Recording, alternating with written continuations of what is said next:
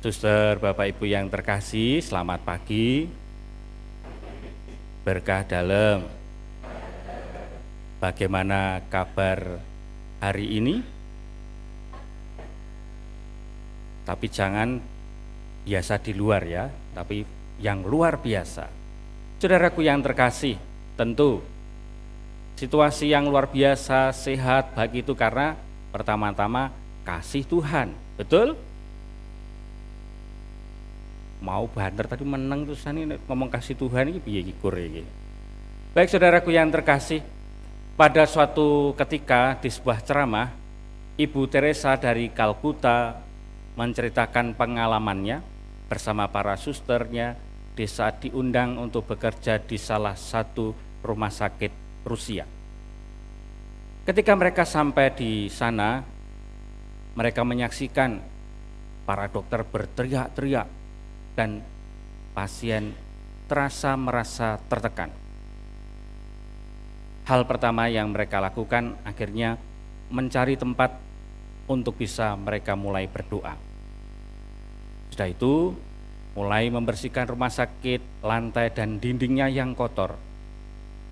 Sesudah itu mereka memberi makan, memandikan pasien, memberi makan mereka dan membantu di mana yang perlu.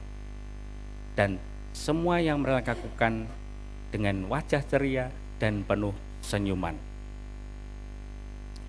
Tak lama kemudian, apa yang dilakukan suster-suster itu memengaruhi seluruh suasana rumah sakit. Dokter dan perawat akhirnya dengan penuh senyuman melayani siapapun. Sehingga suatu ketika ada pejabat dari Departemen Kesehatan datang ke rumah sakit itu keheranan. Kok beda dengan sikap para dokter dan perawat yang melayani dengan penuh sukacita kepada pasien. Sehingga ia berseloroh kepada para suster, apakah aku salah masuk rumah sakit?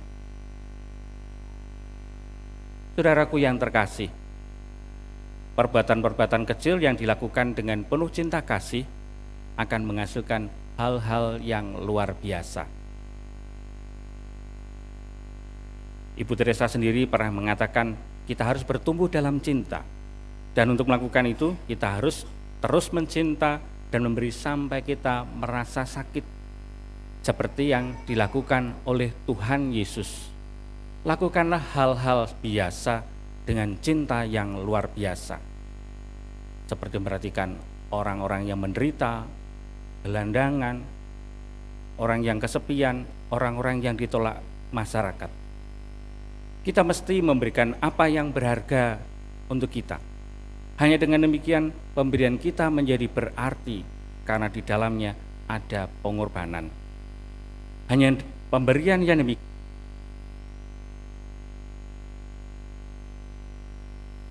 pemberian yang demikianlah yang bernilai di mata Tuhan. Tiada kasih tanpa pengorbanan. Kita bisa melihat para petugas tatib tadi, mereka datang lebih dulu daripada umat yang lain, dan mereka berdiri di depan lalu tersenyum, selamat datang, selamat misa, semoga Tuhan memberkati. Oh saya masuk aja, Romo selamat melayani misa ya Romo. Terus senyum mereka. Cinta yang sederhana harus datang lebih awal. Juga akan memberikan sapaan sehingga wajah datang ke gereja itu yang awalnya kriip tersenyum terus melek. Apalagi ini KKMK, ada yang dari datang jauh-jauh, ada yang dari Kadiri, ada yang dari SBY, ada yang dari Ngawi. Kalau bukan dengan cinta yang penuh pengorbanan, mereka tidak akan mau memakai selayar kotak-kotak biru, gitu ya. Dan dengan penuh cinta menyanyi dengan gegap gembita. Demikian juga dalam keluarga kita. Kalau tidak dengan cinta, pagi hari membuatkan kopi atau teh pasangannya atau anaknya atau siapapun sambil pasti ngudek yuk. Klidik. Karena apa? Ben konangan, ben ketahuan nek sedang buatkan kopi untuk dirinya. Padahal kalau dengan penuh cinta dia, sambil berdoa, semoga meskipun kopi pahit ini tetap membuat dia tersenyum padaku. Karena dengan cinta. Demikian juga para guru. Siapapun yang melayani, bekerja bersama orang lain, melayani jasa, kalau tanpa cinta, meskipun sakit gigi tetap melayani dengan penuh cinta. Bayangkan aja seorang guru kalau tanpa pengorbanan, anaknya bedik tahu ya,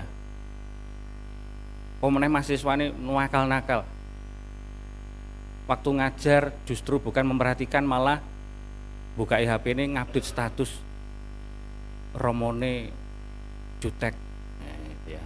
Sembari difoto, lalu fotonya diupload, romone lagi mencucu. Nah, pas ngomong kan mencucu, pas mencucu lalu. Kalau tanpa cinta, tentu kita memberi pelajaran bagi anak-anak,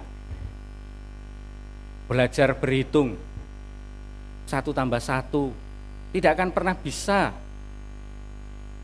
Sampai cintanya kepada saya dulu waktu masih kecil, kami ini diminta untuk membawa biting supaya mempraktekkan 1 tambah 1 itu berapa.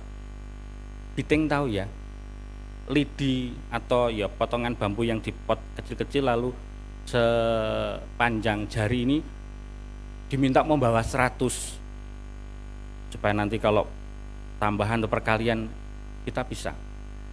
Kalau zaman sekarang yo ora payu pakai lidi. Yang lain pula di saat belajar bahasa Inggris, pengalaman pribadi saya di saat saya diajar, saya ini paling tidak suka dengan bahasa Inggris. Makanya kalau diajak bahasa Inggris bisanya what? No. Ya. Di saat belajar bahasa Inggris, almarhum guru saya dulu itu wis ngajar jam terakhir, ngajari kakian guyon, sing diingat itu ada guyonannya, bukan pelajaran bahasa Inggris, sehingga tidak mengerti grammar, present, past tense dan sebagainya. Tapi pada suatu ketika di saat ketemu, di saat sudah kuliah, wis gede, ketemu dosennya bukan dosen yang kelihatan pinter, bukan, tetapi dosen yang sederhana, yang memberikan semangat pada mahasiswanya. Jangan khawatir, tidak apa-apa, nilainya 6. Pasti kalau tekun belajar, pasti suatu saat bisa berhasil. Dan betul, awal mulanya dapat 6. Lalu di saat dapat nilai 8 di depan mahasiswa yang lain, wah hebat ini ya, dulu dapat 6, sekarang dapat 8, itu yang biasa dapat 8, biasa ini. Dan itulah yang menumbuhkan semangat. Karena apa? Cinta sekali lagi. Cinta yang penuh pengorbanan, cinta yang penuh pemberian diri. Saudara-saudaraku yang terkasih, hari ini pun Tuhan Yesus menunjukkan bagaimana cinta yang penuh korbanan itu nyata. Tidak ada kasih yang lebih besar daripada kasih orang yang memberikan nyawa demi sahabat-sahabatnya. Kasih berasal dari Allah, karena Allah adalah kasih. Harapannya, kasih itu membuat kita mencintai Allah dan sesama.